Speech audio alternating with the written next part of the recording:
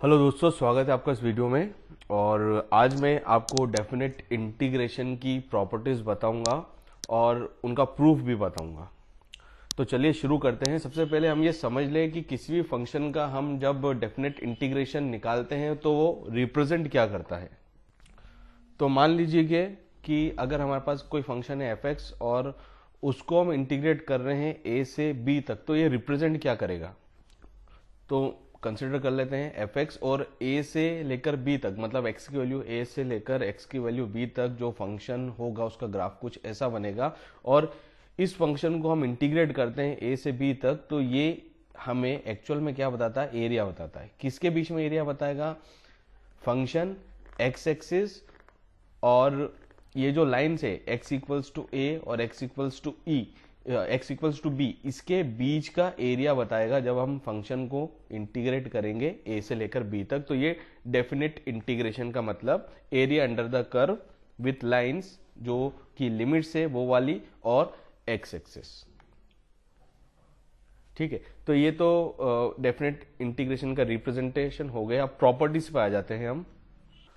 तो कुल मिलाकर 8 प्रॉपर्टीज है जिसे हम एक एक करके डिस्कस करेंगे। अब सबसे पहली प्रॉपर्टी ये है कि अगर हम ये डेफिनेट इंटीग्रेशन में अगर वेरिएबल्स चेंज कर दें, मतलब x की जगह कुछ और वेरिएबल ले ले, t ले ले, तो डेफिनेट इंटीग्रेशन में कोई फर्क नहीं पड़ेगा। जैसे हम इसको प्रूव भी बड़ी आसानी से कर सकते हैं कि x को हम t मान लें तो dx ये बराबर हो जाएगा dt का, और ये सब्स्टिट्यूशन करने पर जो लिमिट है वो भी क्या रहेगी, सेम। मतलब x की वैल्यू a पुट करोगे तो t की वैल्यू भी क्या मिलेगी, a, और x की वैल्यू b पुट करोगे तो t की वैल्यू भी क्या मिलेगी, b। तो लिमिट्स भी क्या रहेगी, सेम। ये था फर्स्ट प्रॉपर्टी का प्रूफ, और ये बहुत इंपॉर्टेंट प्रॉपर्टी, आपको ये मामूली लग रही है पर ये बहुत जगह यूज में आती है क्वेश्चंस में। सेकेंड प्रॉपर्टी देखते हैं।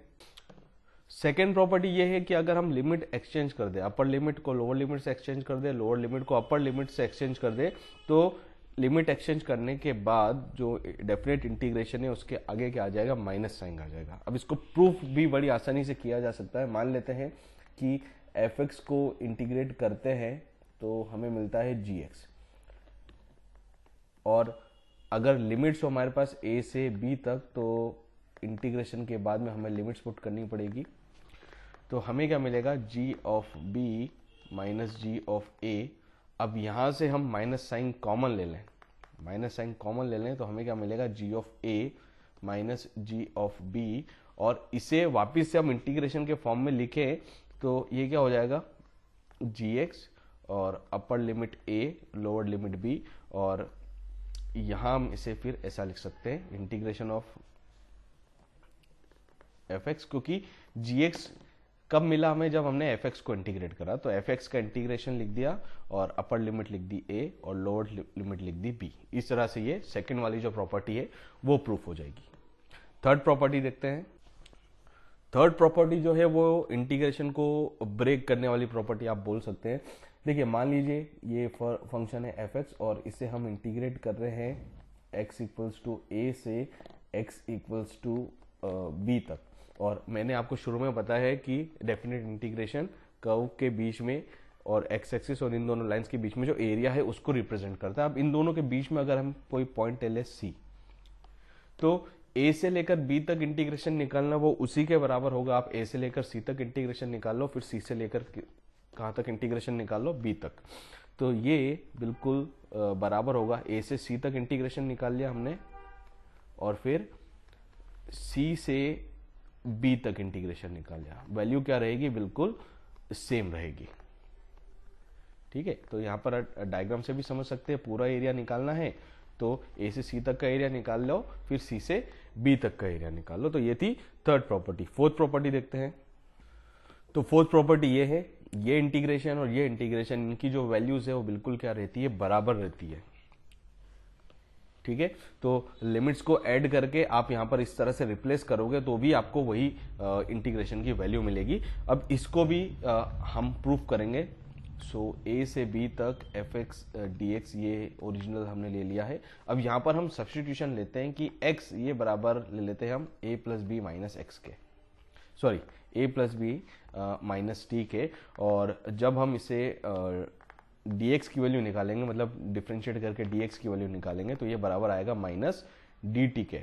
अब लिमिट्स निकाल ली जाए, क्योंकि x को हम a plus b minus t substitute करेंगे, तो जब x a के बराबर होगा तो उसके कॉरस्पॉन्डिंग जो t की वैल्यू है वो हम निकाल लें। तो a equals to a plus b minus t, तो t यहाँ से बराबर आएगा b के, और जब x बराबर होगा b के तो यहाँ पर x की जगह b लिख देंगे, तो t बराबर आएगा a के।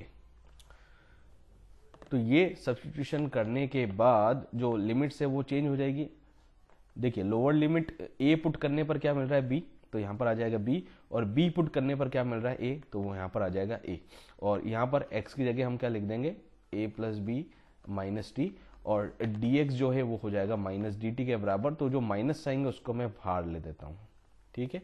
अब इससे पहले वाली जो प्रॉपर्टी मैंने बताई थी सेकेंड नंबर वाली, उसका हम यूज करें तो इसको हम ऐसा लिख सकते हैं, integration from a to b f of a plus b minus t dt। और अब जब हम फर्स्ट वाली प्रॉपर्टी यूज करें वेरिएबल चेंज करने वाली, तो इसको हम इस फॉर्म में लिख सकते हैं, a से b f of a plus b minus x dx। ये फर्स्ट वाली प्रॉपर्टी यहां पर यूज हो रही है और सेकेंड वाली प्रॉपर्टी यहां पर यूज में आ रही है। तो ये थी फोर्थ प्रॉपर्टी। आप इस इंटीग्रेशन को इस तरह से लिख सकते हैं, और ये बहुत इंपॉर्टेंट प्रॉपर्टी है, आपको प्रॉब्लम्स में यूज करेंगे तो इंटीग्रेशन जो है डेफिनेट इंटीग्रेशन को प्रॉपर्टीज पे ही बेस्ड होते हैं। जो इंडेफिनेट इंटीग्रेशन होते हैं वो मेथड्स पे बेस्ड होते हैं, पर यहाँ पर मेथड्स भी यूज में आएगी, और ये प्रॉपर्टीज जिस क्वेश्चन में यूज में आ गई वो क्वेश्चन बड़ी इजीली से सॉल्व होते हैं डेफिनेट इंटीग्रेशन के। तो यदि फोर्थ प्रॉपर्टी या फिफ्थ प्रॉपर्टी देखते हैं, तो जो फिफ्थ प्रॉपर्टी है वो फोर्थ प्रॉपर्टी का ही एक सब पार्ट है। तो ये जो इंटीग्रेशन है जिसकी लिमिट है 0 to a f x d x, इसको हम ऐसा लिख सकते हैं f of a minus x d x. वही जो फोर्थ वाली प्रॉपर्टी है ना, उसी में जैसे a प्लस जीरो एड करो तो a के बराबर ही आएगा। तो फोर्थ ये फिफ्थ प्रॉपर्टी है वो फोर्थ प्रॉपर्टी का ही एक एक्सटेंशन है, ऐसा अपन बोल सकते हैं। तो ये होगी फिफ्थ प्रॉपर्टी। सिक्स प्रॉपर्टी देखते हैं। तो ये है छठे नंबर की प्रॉपर्टी और बहुत इंपॉर्टेंट प्रॉपर्टी है। और इसके बाद वाली जो प्रॉपर्टी होगी ना सातवें नंबर की, वो इसी का क्या रहेगी, एक्सटेंशन रहेगी। मतलब ये जो इंटीग्रेशन है एफ को अगर हम इससे 0 से लेकर 2a वैल्यू तक इंटीग्रेट करेंगे तो ये बराबर होगा इस इंटीग्रेशन के प्लस इस इंटीग्रेशन के। तो प्रूफ देख लेते हैं इसका। प्रूफ समझ लीजिए, प्रूफ बहुत इंपॉर्टेंट है क्योंकि बुक्स में मैंने क्वेश्चन भी देखे कि इस प्रॉपर्टी पे बेस्ड प्रूफ देखने को मिलता है। सो 0 से 2a F x d x, इसको हम ऐसा लिख सकते हैं कि 0 से a तक इंटीग्रेट कर लें पहले एफ एक्स डी एक्स को और एफ एक्स को, और फिर a से 2a तक इंटीग्रेट कर लें एफ एक्स को वापस। तो ये जो पहला वाला इंटीग्रेशन है वो तो यहाँ पर आ गया। अब दूसरा वाला इंटीग्रेशन में क्या करना पड़ेगा, हमें सब्स्टिट्यूशन करना पड़ेगा। तो हम x की जगह क्या पुट कर देते हैं, 2a माइनस टी। एक्स की जगह क्या पुट कर दे, 2a माइनस टी, और जो dx है वो बराबर हो जाएगा माइनस dt के। और ये जो दूसरा इंटीग्रेशन है ना उसको मैं साइड में सॉल्व कर देता हूँ, और नेक्स्ट स्टेप में क्या करेंगे, उसकी वैल्यू पुट कर देंगे। ठीक है, अब लिमिट्स की बात कर लें तो x जब a के बराबर होगा तो जो t है वो बराबर आएगा माइनस a के। सॉरी, ये माइनस a नहीं, ये a ही आएगा। जब x इक्वल्स टू a है तो t भी बराबर आएगा a के, और जब x 2a के बराबर हो जाएगा तो t ये बराबर हो जाएगा 0 के। अब ये दोनों हम यहाँ पर पुट कर दें, सो a पर वैल्यू तो a है और 2a पे जो वैल्यू है वो है 0 के बराबर, और x की जगह हमें क्या लिखना है, 2a माइनस टी, और dx की जगह माइनस dt। तो जो माइनस आएंगे उसे मैं बाहर लिख देता हूं। अब ये सेकेंड वाली प्रॉपर्टी का यूज करें तो इसे हम ऐसा लिख देंगे 0 to a f of 2a minus t dt। और यहाँ पर वेरिएबल चेंज करने वाली फर्स्ट प्रॉपर्टी हम यूज करें तो इसे हम ऐसा लिख देंगे 0 to a f x d x plus ये वाला जो दूसरा वाला इंटीग्रेशन है इसकी वैल्यू क्या आई है, 0 to a f of 2a minus x dx के बराबर। तो ये इस तरह से प्रूफ होगी 6 नंबर की प्रॉपर्टी। अब जो 7th नंबर की प्रॉपर्टी है ना, वो इसी का एक फर्दर एक्सटेंशन है। अब जैसा कि मैंने आपको बताया कि जो 7th प्रॉपर्टी है वो 6 प्रॉपर्टी का ही एक एक्सटेंशन है। अब देखिए इसी इंटीग्रेशन में अगर f of 2a minus x, इसकी जो वैल्यू है वो अगर fx के बराबर होती है तो दोनों इंटीग्रेशन क्या हो जाएंगे, सेम हो जाएंगे। दोनों इंटीग्रेशन सेम हो जाएंगे तो दोनों को ऐड कर लेंगे। तो if 2a minus x is equals to fx, जब उसके लिए इस इंटीग्रेशन की value 2 times 0 to a fx dx के बराबर होगी, और अगर f of 2a minus x ये बराबर है माइनस fx के, तो दोनों इंटीग्रेशन क्या हो जाएंगे, कैंसिल हो जाएंगे, क्योंकि यहाँ पर आ जाएगा माइनस fx, माइनस साइन बाहर ले आएंगे तो दोनों इंटीग्रेशन क्या हो जाएंगे, कैंसिल हो जाएंगे। और उस कंडीशन में इंटीग्रेशन की जो वैल्यू है वो होगी 0 के बराबर। ये थी 7th प्रॉपर्टी। अब 8th प्रॉपर्टी देखते हैं। ये फाइनल प्रॉपर्टी और बहुत इंपॉर्टेंट प्रॉपर्टी है। तो ये लास्ट प्रॉपर्टी है, अंतिम प्रॉपर्टी, और ये इवन और ऑड फंक्शन पे बेस्ड है। अगर लिमिट ऐसी है, लिमिट्स का ध्यान देना है कि माइनस ए टू प्लस है, इस टाइप की लिमिट हो, जैसे माइनस ए टू प्लस हो गई, माइनस पाई से plus pi, minus pi by 2 two plus pi by 2, इस तरह की लिमिट होगी ना, तभी इस प्रॉपर्टी को यूज करना है। तो अगर फंक्शन इवन है तो इस इंटीग्रेशन को हम ऐसा लिख सकते हैं 2 times of integration from 0 to a fx dx, और अगर ये ऑड फंक्शन है तो इस इंटीग्रेशन की जो वैल्यू है वो बराबर होगी 0 के। इवन फंक्शन के लिए f ऑफ माइनस एक्स बराबर होना चाहिए fx के, और जो ऑड फंक्शन है उसके लिए f ऑफ माइनस एक्स बराबर होना चाहिए माइनस fx के लिए। अब ये तो थ्योरेटिकल बात होगी, थोड़ा सा मैं आपको डायग्राम के फॉर्म में समझा दूं। जैसे कि cos ऑफ माइनस एक्स हम निकाले तो हमेशा किसके बराबर आता है, cos x के। मतलब कि जो तो cos ऑफ माइनस एक्स बराबर होता है cos x के। इसका मतलब जो cos x है वो क्या है, इवन फंक्शन। और साइन का हम एग्जांपल लें तो साइन ऑफ माइनस एक्स ये बराबर होता है माइनस साइन एक्स के।